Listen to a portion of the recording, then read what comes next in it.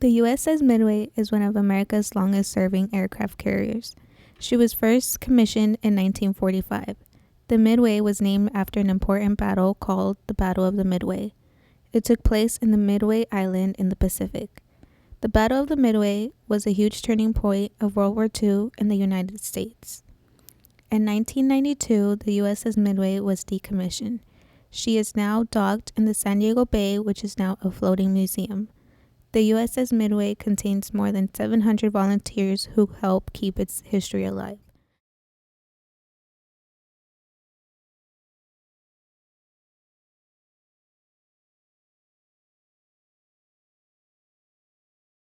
I was living in a little town called Athena, Oregon in World War II. My dad was flying fighter planes in Europe in World War II.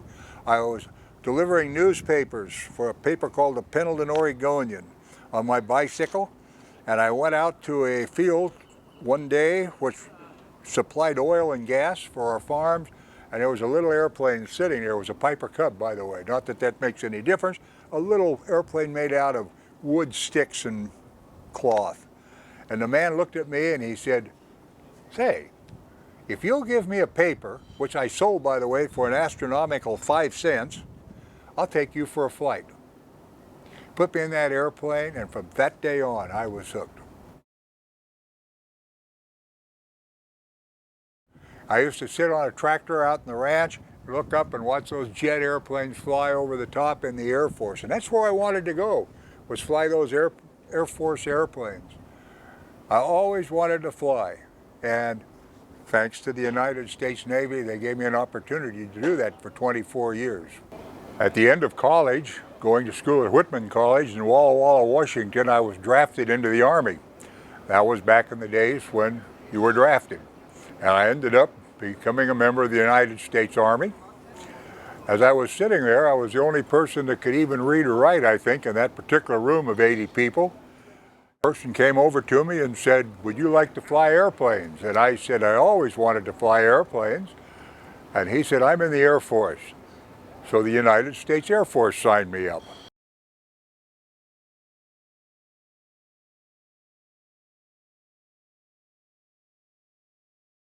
Let me tell you, flying an airplane is better than dreams. There's nothing like this airplane behind you when you're chugging along 50 feet off the water on a long flight. You've been out there 8 hours, and you forget to switch your fuel tank and that engine quits. You don't have dreams like that, but boy, was that fun that day, for instance. Or to take a jet-type aircraft up 50, 60, 70,000 feet, where you can see the curvature of the earth. That's when you kind of dream about it sometimes. Oh, it is a wonderful experience, wonderful experience. It doesn't get any better. And the thing is, I should have paid them to do it, but they paid me. It was wonderful.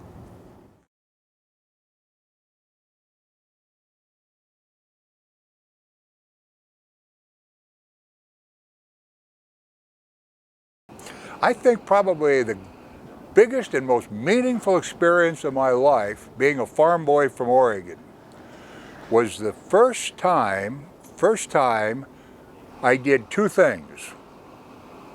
The first one was when I soloed an airplane. I am not a natural pilot, and I'm sure it was a tough job to teach me to fly. And I remember my instructor in the back seat, it was a 2-seat airplane, slid the seat back and slid his canopy back, and we landed. And I taxied around to take off again, which was meaningful to me because I was having a little tough time flying that airplane that day. And all of a sudden I realized he was standing on my left shoulder. He looked me in the eye and said, "You are the worst pilot I have ever flown with in my life. You are dangerous. I'm not going to ride with you anymore. Take the airplane out by yourself and fly it." I sat there. I think I might have said, "I'm in trouble." And then I realized he's told me to go fly the airplane by himself. And I soloed. And up into that blue sky I went. That was really meaningful. But shortly thereafter, they said, you're now going to land aboard an aircraft carrier. And that's one I'll never forget to my dying day. That day we flew out in that little yellow airplane that's down below. We dropped our tail hook and we looked down, and that aircraft carrier was this big. And I looked down at that aircraft carrier and I said to myself, you've got to be crazy. I never forget the first time I came in and landed and the tail hook caught and the man standing there went, you did it. That was meaningful. And at 80 years old, I can still remember that feeling landing on that carrier. You go back to different conflict areas, from the Cuban blockade to Vietnam, I think hundreds actually. In Vietnam, several hundred. In other places, 100, 150 there. Probably, I really honestly, I don't, can't pin it down exactly, but probably the last conflict was Vietnam, and that was close to 300. But I was in a community that was fighter and attack. Now, I am not a fighter pilot. Fighter pilots, they do all of this. They fly around the sky and dogfight. I'm an attack pilot. Attack pilots fly at altitude with bombs, rockets, and bullets. They roll in and they go down and do great damage to a target below them. So my job was to go from 30,000 feet to the deck to do my job. A fighter pilot is generally up here in the air doing this, flying around and dogfighting.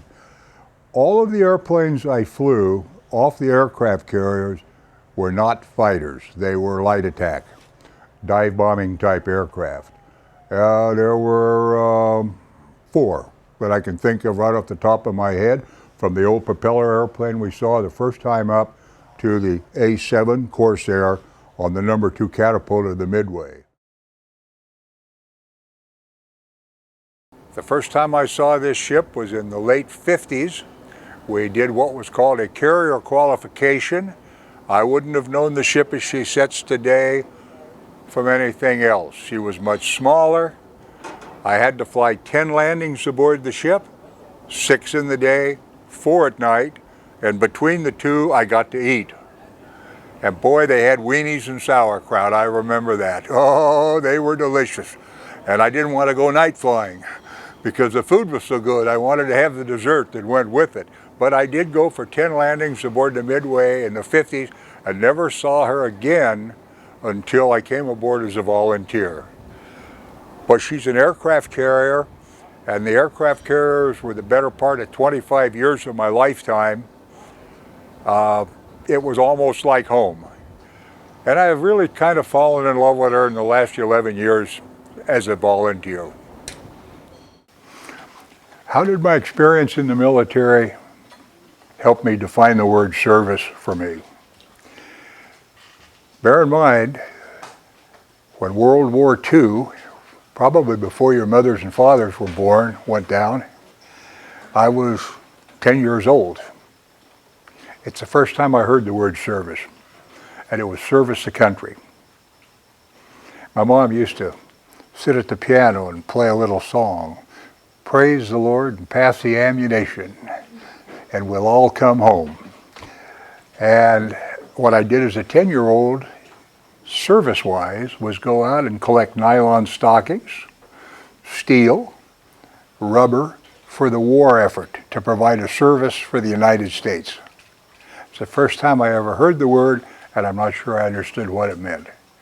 When I came in the military, I was like a ship without a rudder. And they redefined service to me for service to God, country, and family. That's all part of being part of the military. So it was very important for me when I was in the Navy to provide an honest service, to give it at least 98% of what I could give it. You'd like to give it 100, but it doesn't work all the time. To provide the service that they ask me to do and give me the responsibility to do that job for the service for the United States. When I took the oath There was an oath of service, and I believe I carried it out relatively well. But that compounded itself because what I learned about service to the military would be in service to the Boy Scouts, to Optimist International, to other service organizations, Meals on Wheels, and certainly service to the Midway, which is a fun type service. It continues and it'll continue throughout your life. But basically the military had taught me the initial meaning of service, service to country. The word volunteer means to me is that you take the most precious commodity you've got, time, and you give that time to something or someone else that you're going to feel makes a difference. Meals on Wheels, volunteering for the Sheriff's Department, Midway, volunteering as an alternate instructor at school, but giving your time, asking nothing back from it other than the simple fact you think that you have given something that will be lasting and other people will get an advantage from. That's what volunteering means to me.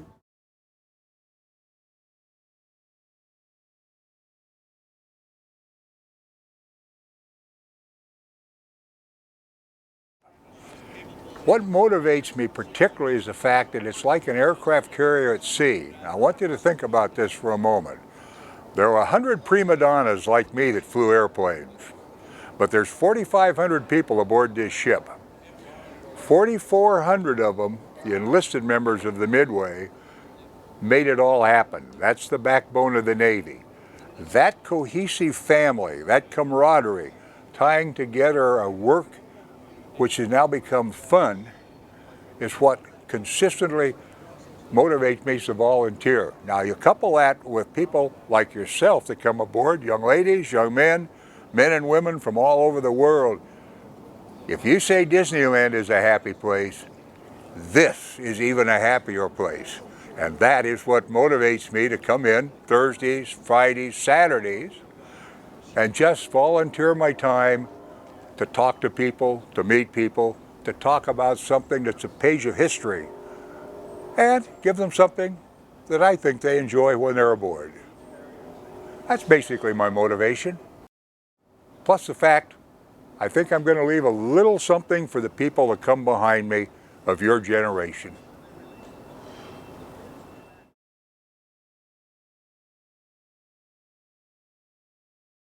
But the number one highlight, I think, is being able to stand and talk to people about catapults, landings, the engine room, how good the food was then, how good the food isn't now because we don't have any, but just showing the ship. That's the highlight of the whole thing. It makes you feel good. I think you have to give something back in life. When you can't do that for someone else, life becomes somewhat meaningless. So I like to give my time back, and I feel good about that. I think the biggest thing that I've learned from volunteering is you feel worthwhile. I look forward to doing it. I feel worthwhile doing it, and I'll continue doing it as long as I can. Most wonderful experience in the world, to give something away, and we all have the same amount of it. And I think when I slide out the last few days of my life and I end this life, I'd like to slide in with ripped Levi's on my rear end and say I gave it the best shot I gave it out there in the air, particularly flying off the aircraft carriers. It was a great life. Ron Foster is a great inspiration to us all in the community. Thank you for your service.